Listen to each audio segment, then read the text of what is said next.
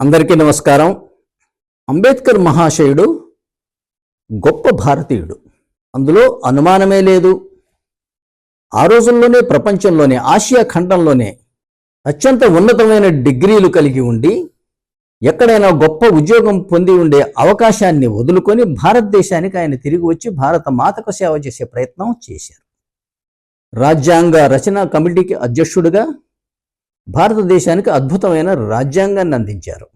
అది ప్రపంచంలో అత్యంత పెద్ద లిఖిత రాజ్యాంగం మాత్రమే కాదు, అత్యుత్తమమైన రాజ్యాంగం కూడా అని నా అభిప్రాయం. కాకపోతే దురదృష్టవశాత్తు వారికి కొన్ని రాజకీయ ఆశయాలు ఉండటం, అందులో ఒక రాంగ్ స్టెప్ వేసి షెడ్యూల్డ్ కులాల ఫెడరేషన్ అనే పార్టీ పెట్టి పోటీ చేయటం, అది సంపూర్ణముగా ఓటమి పాలవటం, తద్వారా ఆయన ఎంతో మనోవ్యథ చెంది దూరంగా ఉండటం, దీనివల్ల భారతదేశానికి చాలా అన్యాయం జరిగింది. రాజ్యాంగం గురించి మాట్లాడేవాళ్ళు, దిశానిర్దేశం చేసేవాళ్ళు లేకపోయారు. అది ఒక రాజకీయ పరంగా ఒక తప్పటడుగు మాత్రమే తప్పితే మిగతా ఏ విషయంలో కూడా నేను అంబేద్కర్ గారిని తప్పు పట్టను. ఆయన గొప్ప అభిమానిని. అంబేద్కర్ గారి దళితవాదం కల్వకుంట్ల చంద్రశేఖరరావు గారి తెలంగాణ వాదము వంటిదే. వారు తెలంగాణ రాష్ట్ర సాధన వరకు ఇది ఉద్యమ పార్టీ అని చెప్పారు. కానీ ఒకసారి అధికారంలోకి వచ్చిన తర్వాత ఇది ఫక్తు రాజకీయ పార్టీ అన్నారు. ఆ తర్వాత ఆంధ్రులను ద్వేషించింది లేదు, విమర్శించింది కూడా లేదు. కానీ నిజానికి అలా చేయాలని నేను కూడా కోరుకోవడం లేదు. అట్లాగే అంబేద్కర్ గారు కూడా ఆయన దళితవాదం, ఆయన షెడ్యూల్డ్ కులాల ఫెడరేషన్ అని పార్టీ పెట్టడం వల్ల ఇచ్చిన స్లోగన్సే తప్పితే ఆయన సహజ నైజము అది కాదు. షెడ్యూల్డ్ కులాల ఫెడరేషన్ అని పార్టీ పెట్టుకున్నారు కాబట్టి ఆ షెడ్యూల్డ్ కులాల గురించి, వారికి జరిగిన అన్యాయాల గురించి చర్చించక తప్పదు. కానీ ఆయన 1937లో ముందుగా ఆయన పార్టీ పెట్టిన పేరు లేబర్ పార్టీ ఆఫ్ ఇండియా. 1951 సంవత్సరంలో ప్రజాప్రాతినిధ్య చట్టం 1951 కింద ఆయన రిజిస్టర్ చేసిన పొలిటికల్ పార్టీ పేరు scheduled cost federation of India. ఆ పార్టీ భారతదేశ వ్యాప్తంగా పోటీ చేసింది. ఆ పార్టీకి దేశవ్యాప్తంగా 2.38% ఓట్లు వచ్చి తుడిచిపెట్టుకుపోయింది. ఆయన స్వయంగా ఓడిపోయారు. మళ్ళీ 1954లో బాంబేలో ఒక ఉప ఎన్నికలో పోటీ చేస్తే అక్కడ 3వ స్థానంలో నిలిచారు. ఆ తర్వాత 1956 అక్టోబర్లో గమనించారు scheduled cost federation of India అని పార్టీ పేరు పెట్టడం అనేది సరి అయిన విధానం కాదు అని. అందువల్ల 1956 అక్టోబర్లో పార్టీ పేరులో నుంచి షెడ్యూల్డ్ కాస్ట్ తీసివేశారు, రిపబ్లిక్ పార్టీ ఆఫ్ ఇండియా అని పెట్టారు. అదే 1956 అక్టోబర్లో ఆయన కూడా షెడ్యూల్డ్ కులాన్ని వదులుకొని బుద్ధిజంలోకి వెళ్ళారు. అలాగే కానీ ఆయన షెడ్యూల్డ్ కులాలు, తరగతులు వీరిని గురించిన కొంత ప్రయత్నం చేయలేదా అంటేనేమో తప్పనిసరిగా చేశారు. 1930లో కాలారాం టెంపుల్ సత్యాగ్రహ అని నిర్వహించారు. అది మధ్యప్రదేశ్లోని కాలారాం టెంపుల్కి అందులోనికి దళితుల ప్రవేశాన్ని నిరాకరించినందుకు వ్యతిరేకంగా ఆ సత్యాగ్రహం చేశారు. అంటే దళితులు శ్రీరామ్ టెంపుల్లో ప్రవేశం ఉండాలని ఆయన భావించినట్లే కదా. దళితులకి హిందూ ఆలయాల ప్రవేశాన్ని ఆయన డిమాండ్ చేసినట్లే లెక్క. అట్లాగే 1932లో బ్రిటిష్ వాళ్ళు భారతదేశంలో డివైడ్ అండ్ రూల్ గొడవలు పెట్టే ప్రయత్నంలో భాగంగా కమ్యూనల్ అవార్డ్, దాని కింద అప్రెస్డ్ క్లాసెస్కి సపరేట్ ఎలక్టరేట్ కావాలన్నారు. అది ఎలా సాధ్యం చెప్పండి? ఒక నియోజకవర్గంలో ఒక షెడ్యూల్డ్ అప్రెస్డ్ క్లాసెస్ వరకు మాత్రమే. అప్రెస్డ్ అంటే ఎవరు?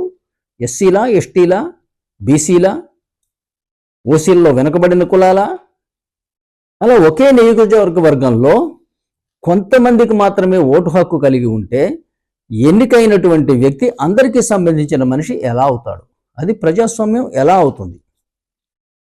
దానికి గాంధీ గారు వ్యతిరేకించాడు. ఆనాడు పూనాలోని ఎరవాడ జైల్లో ఉన్నారు ఆయన. కానీ దానిని అంబేద్కర్ గారు సమర్థించాడు. అప్రెస్డ్ క్లాసెస్కి సపరేట్ ఎలక్టరేట్ కావాలి అని. సపరేట్ ఎలక్టరేట్ అంటే సపరేట్ నియోజకవర్గం కూడా కావాలి కదా. అంతేగాని అన్ని కులాలు కలిసి ఉన్నటువంటి ఒక నియోజకవర్గంలో కొంతమందికి ఓటు హక్కు ఉండి కొంతమందికి లేదు అంటే అది ప్రజాస్వామ్యం కాదు, సమానత్వం కూడా కాదు. అందువల్ల గాంధీ గారు దానిని వ్యతిరేకించాడు. అప్పుడు అంబేద్కర్ గారు ఎర్రవాడ జైలుకి వెళ్ళి గాంధీ గారితో చర్చించి ఇద్దరి మధ్య ఒక ఒప్పందం వచ్చింది.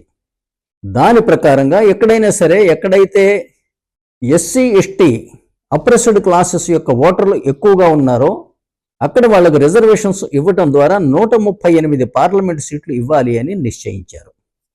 చాలా గొప్ప అవకాశం నిజానికి. దానికి అంబేద్కర్ గారు కూడా అంగీకరించారు. 1930లో కాలారాం సత్యాగ్రహ చేశారు. 1932లో సపరేట్ ఎలక్టోరేట్ కోసం పట్టుబట్టి చివరికి 138 స్థానాలుకి అంగీకరించారు. అయితే మీకు 1950లో ప్రెసిడెన్షియల్ ఆర్డర్ ఒకటి పాస్ చేశారు, ఆర్టికల్ 341C కింద.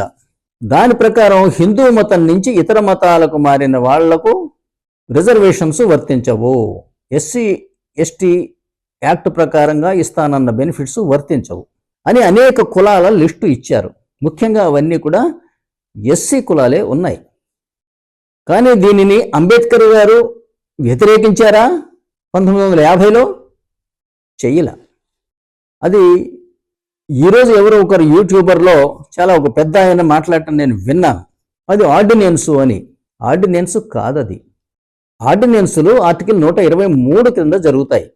అది పార్లమెంటు సెషన్లో లేనప్పుడు, విషయం ఎమర్జెన్సీ అంటే తొందరపాటు అవసరం ఉంటే, సత్వర అవసరం ఉంటే ఆర్టికల్ 123 కింద ఆర్డినెన్స్ పాస్ చేస్తాడు ప్రెసిడెంట్. అది మళ్ళీ పార్లమెంటు కూర్చున్న తరువాత 45 రోజుల లోపులో అంగీకరిస్తే అది చట్టం అవుతుంది, లేకపోతే రద్దు అయిపోతుంది. కానీ ఆ 1950లో ఇచ్చింది ఆర్డినెన్స్ కాదది. అది ఒక జీవో, అంటే ఒక క్లారిఫికేటరీ ఇన్ నేచర్. దానికి చట్టబద్ధత ఉండదు. అదే ఆర్డినెన్స్లకి రద్దు అయ్యే వరకు కూడా అవి చట్టంతో సమానం. దీనిని ఆ రోజు నుంచి ఈ రోజు వరకు ఎవరైనా కోర్టులో ఛాలెంజ్ చేశారా? చేయలే. అట్లాగే 1950లో అప్పటికి మద్రాసు రాష్ట్రం క్యాస్ట్ బేస్డ్ రిజర్వేషన్స్ అమలు చేస్తున్నది. అందులో అక్కడ చెంపకం దొరైరాజన్ అనే ఒక బ్రాహ్మణ విద్యార్థిని, ప్రథమ శ్రేణి విద్యార్థిని, అమ్మాయికి మెడిసిన్లో సీట్ రాలా. ఏమిటంటే బ్రాహ్మణులకు ఇచ్చిన కోటా పూర్తయిపోయింది అన్నారు. ఆ అమ్మాయి మద్రాస్ హైకోర్టులో కేసు వేసింది, రిట్ పిటిషన్. రాజ్యాంగంలో కుల మత ప్రాంత భాషా భేదాలతోటి వివక్ష చేయరాదని రాసుకున్న తర్వాత నన్ను కులం పేరుతో ఎట్లా డిస్క్వాలిఫై చేస్తారు అని మద్రాస్ హైకోర్టు ఆ అమ్మాయికి అనుకూలంగా తీర్పిచ్చింది. భారత రాజ్యాంగంలో కుల ఆధారిత రిజర్వేషన్స్ లేవు అని. మద్రాస్ ప్రభుత్వం సుప్రీంకోర్టులో అప్పీల్ చేసింది. సుప్రీంకోర్టు 1951లో మద్రాస్ హైకోర్టు తీర్పుని సమర్థించింది. అంటే అర్థం చేసుకోండి, ఆ తీర్పుని అంబేద్కర్ మహాశయుడు అభ్యంతరం చెప్పలేదు, రివ్యూ పిటిషన్ వేయలేదు, అప్పీల్ వేయలేదు. వల్ల భారత రాజ్యాంగంలో కుల ఆధారిత రిజర్వేషన్స్ లేవు, అంబేద్కర్ గారు పెట్టలేదు. మరి ఎలా వచ్చినాయి అంటే నెహ్రూ గారు 1951లోనే రాజ్యాంగానికి మొట్టమొదటి సవరణ పెట్టి అందులో ప్రభుత్వ ఉద్యోగాలలో తగినంత ప్రాతినిధ్యము లేని వెనుకబడిన కులాలకు రిజర్వేషన్ ఇస్తే తప్పు లేదు అని ఆయన పెట్టారు. నిజానికి అది చెల్లుతుందా? సుప్రీంకోర్టు వారు చెప్పింది ఏంది? కులాలకు రిజర్వేషన్ ఇవ్వద్దు అని చెప్పింది. కానీ మరి మొదటి సవరణ ఏం చేశారు మీరు? తగినంత ప్రాతినిధ్యం లేని కులాలకు రిజర్వేషన్ అన్నారు. ఇవాళ ఎవరైనా కూడా ఈ విషయాన్ని విశదీకరించి సుప్రీంకోర్టు తీర్పుకి విరుద్ధంగా ఉంది, మొట్టమొదటి సవరణ అని కోర్టుకు పోతే విజయం సాధించే అవకాశాలు చాలా ఎక్కువ. కోర్టు తీర్పులను ఈ విధంగా నీరుగార్చడానికి వీలు లేదు. అలాగే షెడ్యూల్డ్ కాస్ట్ సోదరులు గమనించవలసినది ఏమిటి అంటే, భారతదేశంలో ఉన్న అన్ని రిజర్వేషన్స్ ఇచ్చిన వాళ్ళు బ్రాహ్మణులు. వాళ్ళ జేబు నుంచి ఏమి ఇవ్వలేదు, కానీ వాళ్ళు అధికారంలో ఉన్నప్పుడు వాళ్ళు చేశారు. మొట్టమొదటి అమెండ్మెంటు నెహ్రూ గారు చేశాడు 1951లో కులాలకు రిజర్వేషన్స్ ఇస్తూ. 1970లో 1/70 చట్టం తెచ్చి ట్రైబల్స్ ల్యాండ్స్ను మరొకరు కొనటానికి వీలు లేదని ఇందిరాగాంధీ గారు తెచ్చారు. 1989లో ఎస్సీ ఎస్టీ అట్రాసిటీస్ పట్టుకొచ్చింది రాజీవ్ గాంధీ గారు. స్థానిక సంస్థల్లో ఎస్సీ ఎస్టీ బీసీ మరియు మహిళలకు రిజర్వేషన్స్ తీసుకొచ్చింది పివి నరసింహారావు గారు. 73, 74 రాజ్యాంగ సవరణలు ఆఫ్ 1993. అందువల్ల దయచేసి రాజ్యాంగం అర్థం చేసుకోండి, చరిత్ర తెలుసుకోండి. చరిత్ర తెలుసుకోండి అంటే పాత రాతి యుగంలో ఏం జరిగిందని మీ ఇష్టం వచ్చినట్టు ఊహించడం కాదు. స్వాతంత్రం వచ్చిన తర్వాత, రాజ్యాంగం వచ్చిన తర్వాత అంబేద్కర్ని గౌరవించే వ్యక్తులుగా రాజ్యాంగాన్ని కూడా క్షుణ్ణంగా చదవవలసిన అవసరం ఉంది, అమలుపరచవలసిన అవసరం ఉంది, గౌరవించవలసిన అవసరం ఉంది. అవి ఏవీ లేకుండా పుట్టి అంబేద్కర్ గారి జపం చేస్తే అది ఆత్మ వంచన అవుతుంది తప్పితే సమాజాన్ని ఉద్ధరించడం కిందికి రాదు. పైగా అలా చేయటం రాజ్యాంగ నేరం. అట్లాగే వారి సొంత సమాజానికి చేస్తున్నటువంటి ద్రోహం. వాస్తవానికి ఆ సమాజం యొక్క సంస్కారం అది కాదు. సౌభ్రాతృత్వం అని మెన్షన్ చేసుకున్నాం మనం రాజ్యాంగ పీఠికలో. దానిని అభివృద్ధి అయ్యే విధంగా సమిష్టిగా బ్రతకాలన్నప్పుడు వ్యక్తిగా కొన్ని విషయాలు కాంప్రమైజ్ అవ్వక తప్పదు. Thank you for watching this video. నేను రాజ్యాంగంలోని ప్రతి అధికరణాన్ని మీ ముందుకు తెచ్చి తీరతాను.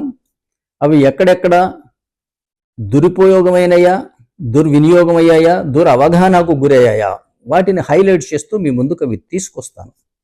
ఆ మధ్యలో ఎక్కడైనా సమకాలీన వివాదాస్పద విషయాలు వస్తే వాటిని కూడా చర్చిస్తాను. దయచేసి ఈ వీడియోని సబ్స్క్రైబ్ చేయండి, షేర్ చేయండి, కామెంట్ చేయండి.